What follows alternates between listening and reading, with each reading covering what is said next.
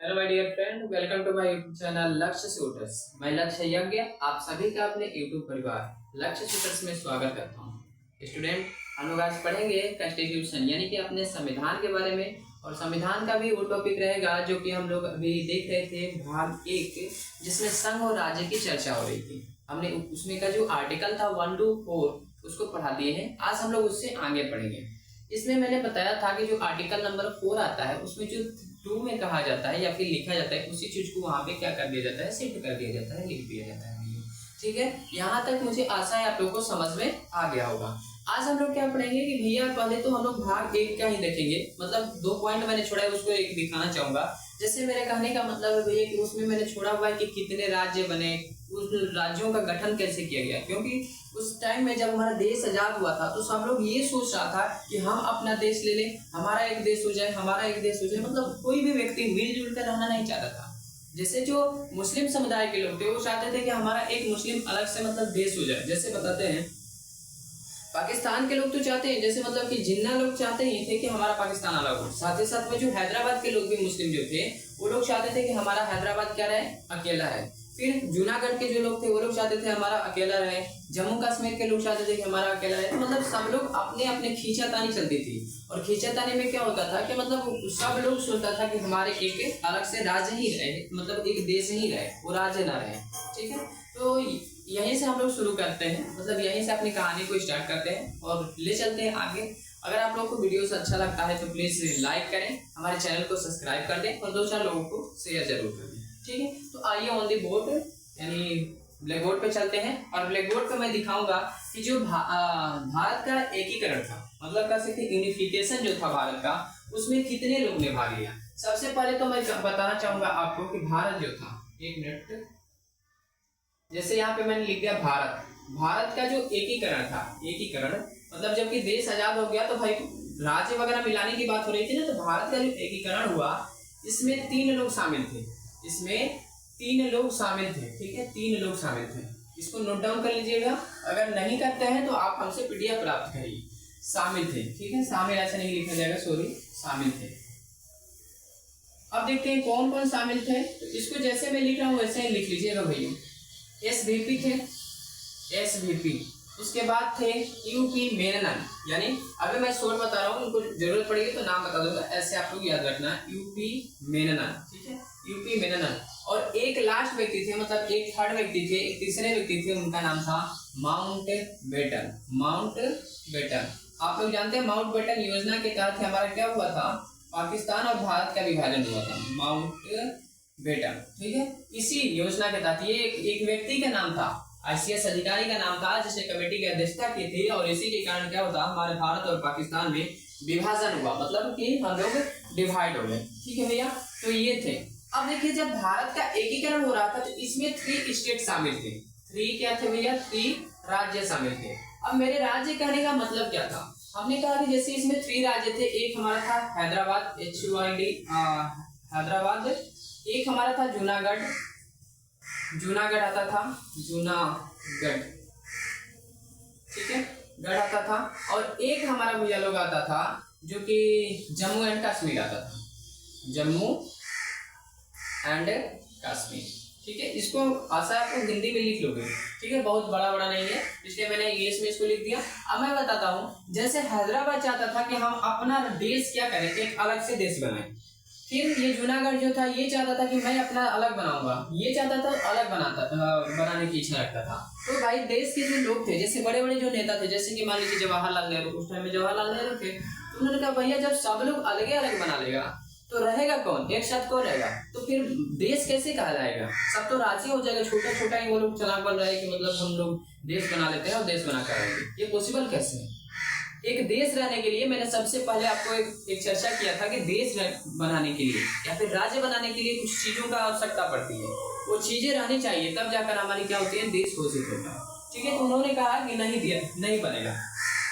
तो भाई सब लोग तो गुस्साएंगे ना। अब आप ही को कह दिया जाए, आपके पापा कह दे कि हम नहीं आपको मतलब खाना खिलाएंगे, तो आप गुस्साएंगे। तो भाई हैदराबाद वाले बड़ा गुस्सा है, तो कहे उस समय जो जवाहरलाल नेहरू थे, रुक जा तुम्हारे हम अंतीकरण कर देते हैं, अंतःकरण कर देते हैं। उन्होंने क्या किया कि इंडियन आर्मी को भेजा और इंडियन आर्मी ने एक ऑपरेशन चलाया, जिस ऑपरेशन का नाम था ऑपरेशन पोलो। इंडियन आर्मी ने एक ऑपरेशन चलाया जिस ऑपरेशन का नाम था ऑपरेशन पोलो। और इससे क्या कर दिया, यहाँ के हैदराबाद के जितने भी लोग मांग कर रहे थे, डिमांड कर रहे थे, याद रखिएगा यहाँ पे क्या हो रहा था, डिमांड हो रहा था। तो जितने लोग डिमांड कर रहे थे यानी कि मांग रहे थे हमें देश दे दो, हमें देश दे दो, हमें हैदराबाद को अलग कर दो, हम लोग अकेला रहेंगे, हम लोग शामिल मतलब इसमें शामिल नहीं होंगे, उनको ऑपरेशन पोलो से इतना लतियाया, इतना मार मारा कि दोबारा वो लोग फिर से अलग होने की मांग नहीं करते। मतलब कि अब मांग ही नहीं उठाते हैं कि मुझे कुछ चाहिए या नहीं चाहिए। जूनागढ़ जो था यानी कि यहाँ पे कैसे चला, तो ये ऑपरेशन पोलो से इसे खत्म कर दिया गया। जूनागढ़ जो था यहाँ पे भैया वोटिंग हुआ, वोटिंग कर दिया, मतलब वहाँ पे बात किया गया कि भाई जिसका वोटिंग ज्यादा होगा, अगर वोट मिलता है आप लोगों को अलग बना दिया जाए तो ठीक है, हम लोग अलग बना लेंगे। और अगर आपको वोट नहीं मिलता है, अर्थात मतलब कहने का है कि अगर आपको वोट ज्यादा मिलता है तो आप लोग अलग देश बना लेना।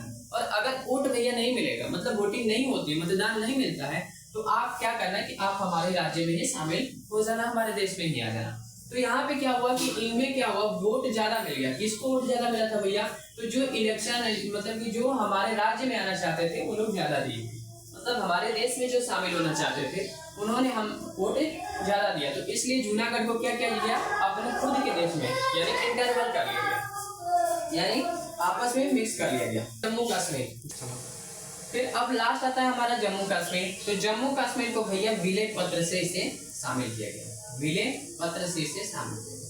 अब याद रखना, हैदराबाद को ऑपरेशन पोलो से, जूनागढ़ को वोटिंग से, और लास्ट हमारा जो जम्मू कश्मीर था उसको किससे किया गया, तो विलय पत्र से इसे अपने देश में शामिल कर लिया गया, अर्थात भारत में शामिल कर लिया गया। अब एक छोटा सा चीज बताता हूँ, जब हमारा देश एक में हो रहा था, मतलब मिल रही थी, जब देश का कह सकते हैं कि हमारे देश में कई राज्य, अलग अलग राज्य बनाए जा रहे थे, तो उसमें दो कमेटी काम कर रही थी।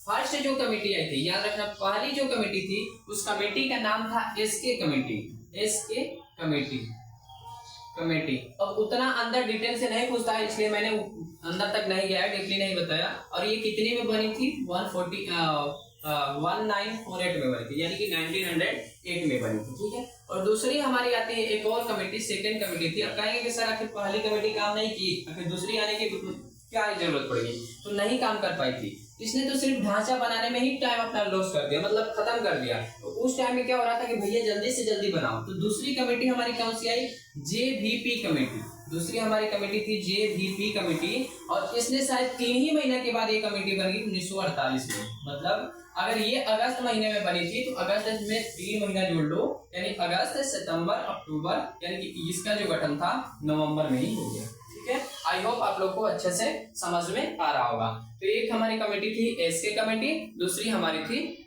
जेवीपी कमेटी, ठीक है। अगला देखिए, अब देखिए जैसे इतना मैंने बता दिया, एक हमारा आता है तेलंगाना, अभी जिसको आप लोग जानते हैं तेलंगाना के नाम से। तो तेलंगाना में क्या था कि एक तेलुगु भाषा बोला जाता है, वहां पे याद रखना कौन सी भाषा बोला जाता है, तेलुगु भाषा पे के आधार पे वहां पे एक अलग ही डिमांड हो रही थी। और डिमांड कौन कर रहे थे, तो पोट्टम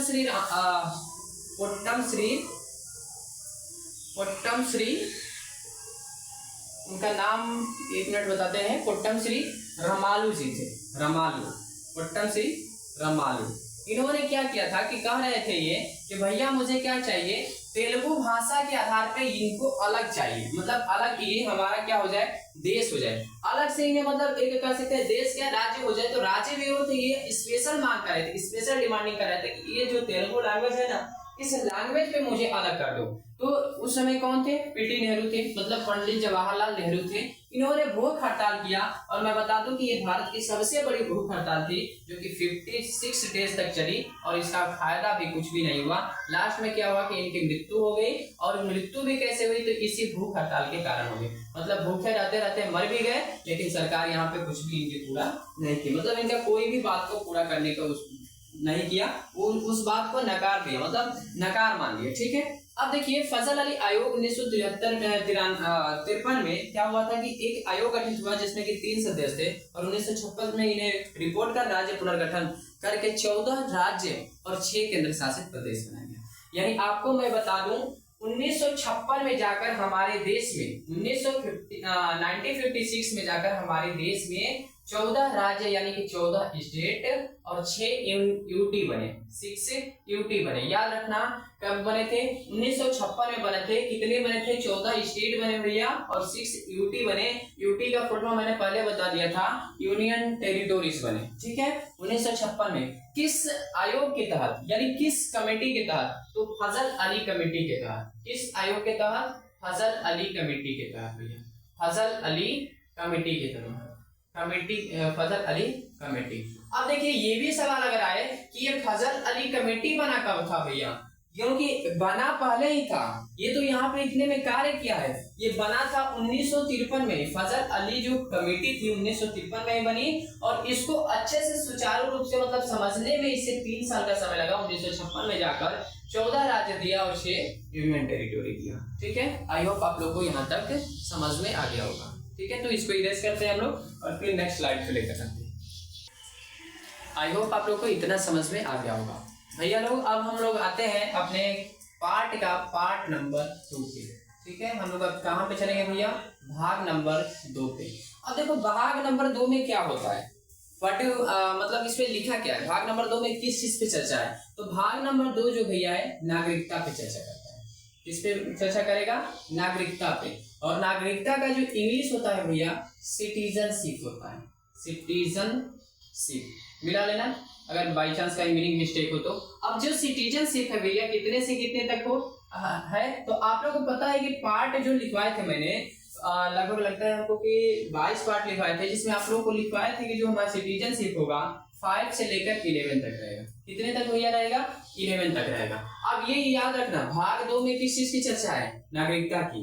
नागरिकता कितने से कितने आर्टिकल में आता है? 5 से लेकर 11 के बीच में आता है। अब देखिए इसमें कुछ पॉइंट लिखने वाली चीजें, जैसे मान लीजिए मैंने कहा भैया कि नागरिकता का प्रावधान देने वाला कौन सा व्यक्ति था। ये क्वेश्चन आपसे पूछा जा सकता है कि नागरिकता के प्रावधान किसने दिया था? नागरिकता के प्रावधान देने वाला कौन सा व्यक्ति था? देने वाला व्यक्ति, देने वाला कौन भैया? व्यक्ति, क्योंकि भैया जानवर थोड़ा ना देगा, व्यक्ति नहीं देगा। तो व्यक्ति कौन थे? अरस्तु जी थे। कौन थे? अरस्तु। उसी अरस्तु की बात कर रहा हूँ जिन्होंने बायोलॉजी की खोज किया था। शायद वही अरस्तु है, दूसरे अरस्तु नहीं, मतलब शायद उन्हीं का नाम है, दूसरे का नाम अगर होगा तो इसके बारे में नहीं बता सकता, इसको याद कर लेना, सिर्फ अरस्तु। ठीक है, अरस्तु हो गया। अब देखो नागरिकता का जो प्रावधान है कहाँ से लिया गया है, यानी कि दूसरा हमारा पॉइंट आता है कि जो हमारी नागरिकता है भैया, नागरिकता ये कहाँ के संविधान से लिया गया है? नागरिकता के प्रावधान कहाँ के संविधान से लिया गया है? तो जो नागरिकता के प्रावधान है वो हमारा ब्रिटेन से लिया गया है। कहाँ से लिया गया है? ब्रिटेन से लिया गया है। तीसरा पॉइंट हमारा आता है भैया कि जो नागरिकता है यानी कि जो भारत की नागरिकता है, जो कि भारत की जो नागरिकता है वो कैसी नागरिकता है? तो यहाँ पे आप कह सकते हो एकहरी नागरिकता है। एकहरी नागरिकता, ठीक है। एकहरी नागरिकता का मतलब समझ लो, नागरिकता 2 तरह की होती है। जो हमारी नागरिकता आती है, नागरिकता यहाँ पे मैं समझा देता हूँ, समझाने की कोशिश करता हूँ। नागरिकता हमारी 2 प्रकार की होती है। एक हमारा होता है एकल प्रणाली। कौन सी प्रणाली? एकल प्रणाली, ठीक है भैया। और एक हमारा होता है द्विव प्रणाली। द्विव प्रणाली, ठीक है। अब देखो इन दोनों में अंतर क्या है? What do you mean by one citizenship यानी single citizenship and what do you mean by double citizenship?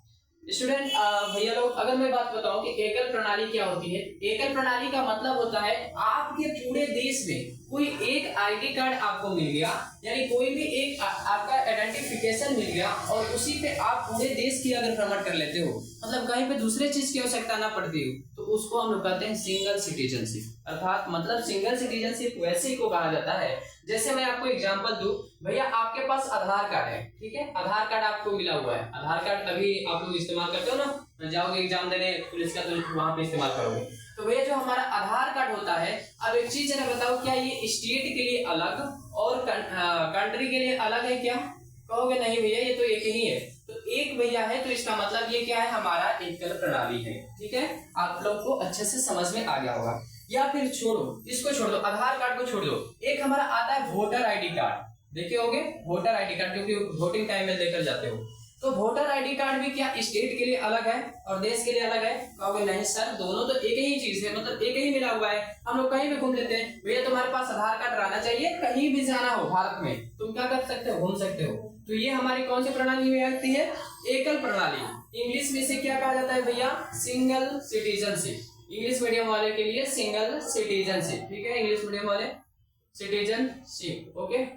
अब अच्छा द्विव प्रणाली क्या होती है? यानी द्विव प्रणाली का जो इंग्लिश भैया होता है, ये होता है हमारा डबल सिटीजनशिप। और डबल सिटीजनशिप का वैसा मतलब होता है जैसे कि स्टेट के लिए आपका कोई आईडी प्रूफ अलग हो और आपके कंट्री के लिए आपका आईडी प्रूफ क्या हो भैया? अलग हो। यानी कि एक स्टेट के लिए फिक्स हो और एक कंट्री के लिए फिक्स हो, तो ऐसे को हम लोग डबल सिटीजनशिप कहते हैं। और अगर आपके लिए एक ही है तो उसको हम लोग क्या कहते हैं? सिंगल सिटीजनशिप कहते हैं। आई होप आपको समझ में आ गया होगा, ठीक है। आगे आ जाओ। भारत की नागरिकता कैसी है भैया? तो एकहरी है। क्यों मैंने कह दिया एकल प्रणाली है? आप लोगों को पता चल गया कि भैया हमारे पास आधार कार्ड एक ही है, चाहे वो स्टेट में रहे, चाहे आप उत्तर प्रदेश में रहे, चाहे बिहार में रहे, चाहे झारखंड में रहे, चाहे उत्तराखंड में रहे, आप कहीं भी जाएं, लेकिन आपका आधार कार्ड क्या रहेगा? वही आधार कार्ड रहेगा, अलग से कोई आधार कार्ड का इस्तेमाल नहीं किया जाएगा, ठीक है भैया। अब आ जाओ, अब हम लोग आर्टिकल के हिसाब से चलेंगे 5 से 11। ये तो मैंने पॉइंट बताया कि भैया नागरिकता में होता क्या है, ठीक है भैया। अब जो नंबर 5 आता है हमारी, जो कि नंबर 5 यहाँ पे आर्टिकल जो लिखा हूँ, नंबर 5 आर्टिकल में कहा क्या जाता है, मतलब इसमें किस चीज के बारे में चर्चा होती है? तो नागरिकता का प्रावधान है भैया। नागरिकता का क्या भैया? नागरिकता का प्रावधान है। अब देखो नागरिकता का प्रावधान का मतलब क्या है भैया? प्रावधान है, ठीक है, प्रावधान है, ठीक। प्रावधान है तो भैया इसमें है कि आखिर मतलब जो व्यक्ति है ना, व्यक्ति को नागरिकता किस आधार पे मिलती है, इस चीज की चर्चा है। अब देखिए जैसे कि मान लीजिए मैंने कहा कि भैया आपको नागरिकता मिली हुई है, भारत की नागरिकता, हमें भारत की नागरिकता मिली हुई है, लेकिन किस आधार पे मिली हुई है? ये तो समाप्त भी हो सकती है ना भैया, रह तो नहीं सकती है, ये कोई जरूरी नहीं है। एक चीज तो जानिए, ऐसे जो पृथ्वी पे कोई भी चीज दिखाई आपको देता है वो कभी परमानेंट नहीं होता है। Always not be with permanent, यानी कभी ये फिक्स्ड नहीं होता है, अभी है अभी खत्म हो जाएगा। कोई भी चीज की बात करें, चाहे पैसा हो, नाम हो, या फिर मतलब कुछ भी हो, अभी है अभी क्या हो जाएगा? समाप्त हो जाएगा। तो नागरिकता का जो प्रावधान है भैया, इसमें क्या क्या चीज आती है कि नागरिकता मतलब कैसे मिलती है, एक देश की नागरिकता आपको कैसे कैसे प्राप्त हो सकती है। तो आपको एक देश की नागरिकता जन्म के आधार पर मिलती है, या तो आपका भारत में जन्म हो जाए, जन्म के आधार पर मिले, पहला चीज देख लीजिए, या तो आपका जन्म भारत में हुआ हो, यूएसए में हुआ हो, पाकिस्तान में हुआ हो, कहीं के भी है, तो वहां का जन्म के आधार पर मिलेगा, ठीक है, पहली भैया बात होगी। दूसरा नागरिकता कैसे मिलता है? तो व्यक्ति के माता पिता के आधार पर, यानी कि जिसका जन्म हुआ है, यानी जिस जो बॉर्न करेगा, जो बॉर्न हो रहा है उसके व्यक्तित्व, यानी कि मतलब माता पिता के आधार पे, माता पिता के क्या है? आधार पे। अब माता पिता के आधार का मतलब भैया क्या होता है, ये जानो। हो सकता है कि मेरे मम्मी पापा पाक में रहते हैं, मतलब पाकिस्तान में रहते हैं, तो मुझे वहां का क्या मिल गया? सिटीजनशिप मिल गया। अब देखिए जैसे मान लीजिए मेरे मम्मी पापा पाकिस्तान में रहते हैं, ठीक है, पाकिस्तान में अगर रहते हैं तो मुझे वहां का सिटीजनशिप मिल गया, लेकिन हमारे पास ये डबल कोसिडेंसी है कि मैं अब इच्छा मेरी, मैं इंडिया में रहना चाहूँ या पाक में रहना चाहूँ। लेकिन एक और चीज है, अभी तब तक हमारी यहाँ की नागरिकता, यानी दोनों जगह की नागरिकता नहीं खत्म की जाएगी जब तक कि मैं पूर्ण रूप से 18 साल का नहीं हो जाता हूँ। अब देखो 18 साल होने का मतलब क्या है भैया? जब मैं 18 साल का हो जाऊंगा तो मेरी एक जगह की नागरिकता खत्म कर दी जाएगी और रहेगी एक ही जगह की नागरिकता। अब मुझसे पूछा जाएगा कि तुम कहाँ रहना चाहते हो भैया? पाकिस्तान में रहना चाहते हो? मैं कह दिया नहीं भैया, ये पाकिस्तान में चुनाव डकेगा में नहीं रहेंगे, हम भारत में आएंगे। तो भारत की नागरिकता मिलेगी, पाकिस्तान की समाप्त कर दी जाएगी। और नहीं बाई चांस मैंने कहा कि नहीं हम इंडिया में नहीं रहेंगे, हम कहाँ रहेंगे? यहाँ रहेंगे पाकिस्तान, तो यहाँ की नागरिकता कैंसिल करके वहां की नागरिकता प्राप्त कर दी जाती है। मतलब कि आपका उसके बाद क्या होगा? एक जगह की नागरिकता समाप्त हो जाएगी, एक जगह की भी नागरिकता रहेगी। फिर हमारा तीसरा इसमें पॉइंट आता है कि तीसरा हम लोग नागरिकता कैसे ले सकते हैं भैया? तो संविधान लागू होने से पूर्व, यानी याद रखिए इस बात को ध्यान देना, ये बात थोड़ा कह सकते हैं डिफिकल्टी है। संविधान लागू होने से पूर्व, लागू होने से पूर्व, लागू होने का मतलब है जैसे मैंने कहा था कि 26 जनवरी 1950 को हमारा संविधान लागू हुआ था, लेकिन इसके लागू होने से पूर्व यानी कि 5 साल पहले से भारत में रहने वाला होना चाहिए, 5 साल पहले से भारत में निवास होना चाहिए। पहले से क्या करना चाहिए भैया? निवास रहना चाहिए, जिसके कारण तभी आपको नागरिकता मिल सकती है, अन्यथा नहीं मिल सकती है। अब ये मत कहना कि सर आपने ये चीज बताया, ये चीज तो नहीं बताया। भैया इसमें से कभी भी किसी भी पे मिल सकता है, ये मैंने नहीं कहा कि आपको सिर्फ इसी पे मिलेगा, इन तीनों में तुम किसी का भी इस्तेमाल कर सकते हो, तीनों में किसी पे भी तुम अपना नागरिकता ले सकते हो। नंबर 6, नंबर 5 बता दिया भैया। नंबर 6 में आता है हमारा कि नागरिकता खत्म होगा या नहीं होगा। खत्म होगा तो कैसे होगा, या फिर बच गया तो कैसे होगा। तो नंबर 6 और 7 दोनों एक ही चीज है, नागरिकता की समाप्ति। किस चीज पे चर्चा करता है, नागरिकता की समाप्ति पे, अर्थात नागरिकता के खत्म होने की बात करता है। अब समाप्ति का मतलब यहाँ पे मैं समझा दूं, नागरिकता के समाप्ति कई तरीके से हो सकता है। आप देश के साथ देशद्रोही हो जाओ, यानी कि किसी घुसपैठी से संबंध बना लो, या फिर मतलब कुछ भी कर लो, जैसे बम वगैरह गिरवाने में तुम्हारा मतलब अहम रोल हो जाए, अदा हो जाए, तब पर भी आपकी नागरिकता क्या कर दी जाएगी भैया, समाप्त हो जाएगी। मतलब आपकी नागरिकता सिटीजनशिप क्या कर दिया जाता है, समाप्त कर दिया जाता है। दूसरा चीज, आप अगर कर्जे में हो गए हो, यानी आप दिवालिया हो गए हो। पहले तो जानो कि दिवालिया किसे कहते हैं, क्योंकि ये जिसे पता नहीं रहता है बड़ा दिक्कत कर देता है कि दिवालिया मतलब किसी को मान लेता है। दिवालिया भैया वैसे व्यक्ति होते हैं जिनके पास संपत्ति जैसे मान लीजिए 600 करोड़ का हो, लेकिन इस 600 करोड़ को बेचने के बाद भी बैंक से इतना लोन लिया है कि उससे भरपाई नहीं कर सकता, तो इनकी भी नागरिकता क्या कर दी जाती है, समाप्त कर दी जाती है। और फिर घुसपैठी के साथ मिले रहने पर भी नागरिकता समाप्त हो जाती है। ये हमारा समाप्त होने का मतलब कर सकते हैं, ये हमारे खत्म होने की ये प्रोसेस रहता है कि ऐसे मतलब हमारा खत्म हो सकता है। ठीक है, एक और यहाँ पे भी खत्म होने का बात बताया था, उसको भी ध्यान रखना कि एक हमारा होता है कि हमारे खुद के अधिकार से, मतलब खुद के आधार पे मैं कहाँ रहना चाहता हूँ, इस आधार पे भी क्या होगा भैया, नागरिकता समाप्त हो जाएगा। ठीक है, अब चलिए हमने 6 से 7 बता दिया। नंबर आता है हमारा 8 में क्या है भैया, हमारे 8 में कहा जाता है भारतीय नागरिक, जो भारतीय लोग होते हैं यानी जो भारतीय व्यक्ति होते हैं, भारत के क्या मूल लोगों का मतलब है कि मूल वहीं के रहने वाले, दूसरे जगह की बात नहीं हो रही है। मूल लोग जो होते हैं, वैसे लोग जो कि वहीं पर रहते हैं, उनकी नागरिकता का प्रावधान इसमें है। उनकी क्या है, नागरिकता का प्रावधान है। अब देखिए इनकी नागरिकता का प्रावधान से क्या मतलब है, तो नागरिकता का यहाँ पे जो होती है नागरिकता, ये 2 तरह की हो जाती है। एक तो भैया हमारा आ जाता है NRI, और एक हमारा आ जाता है, एक हमारा NRI होता है, एक हमारा होता है PIO। यानी यहाँ पे क्या होगा कि ये जो नागरिकता मिलेगी किस बेसिस पे मिलेगी, तो 2 कैटेगरी में डिवाइड होती है, 2 कैटेगरी में डिवाइड हो जाती है। एक हमारा हो जाता है NRI और दूसरा हो जाते हैं PIO। आपको बता दो कि जब हमारा देश आजाद हुआ उसके बाद से हमारे देश के रीढ़ बनी हुई NRI के लोग होते हैं। NRI के जो लोग होते हैं वो हमारे देश में रहते नहीं, हमारे देश की खाना नहीं खाते हैं, भोजन नहीं करते हैं, और लेकिन टैक्स वगैरह मतलब यानी कि पैसा सबसे ज्यादा कौन देता है, NRI देता है। इसीलिए इसको क्या किया गया है कि इसको सरकार इसके ऊपर से कोई भी कितना भी इनके पास पैसा हो जाए, लेकिन सरकार कभी टैक्स इंक्लूड नहीं करती है, मतलब टैक्स लेवे नहीं करता है। NRI से कभी टैक्स हम लोग सरकार हमारी नहीं लेती है। आप देख लो NRI का फुल फॉर्म क्या होता है, non resident India, non resident India, NON, non resident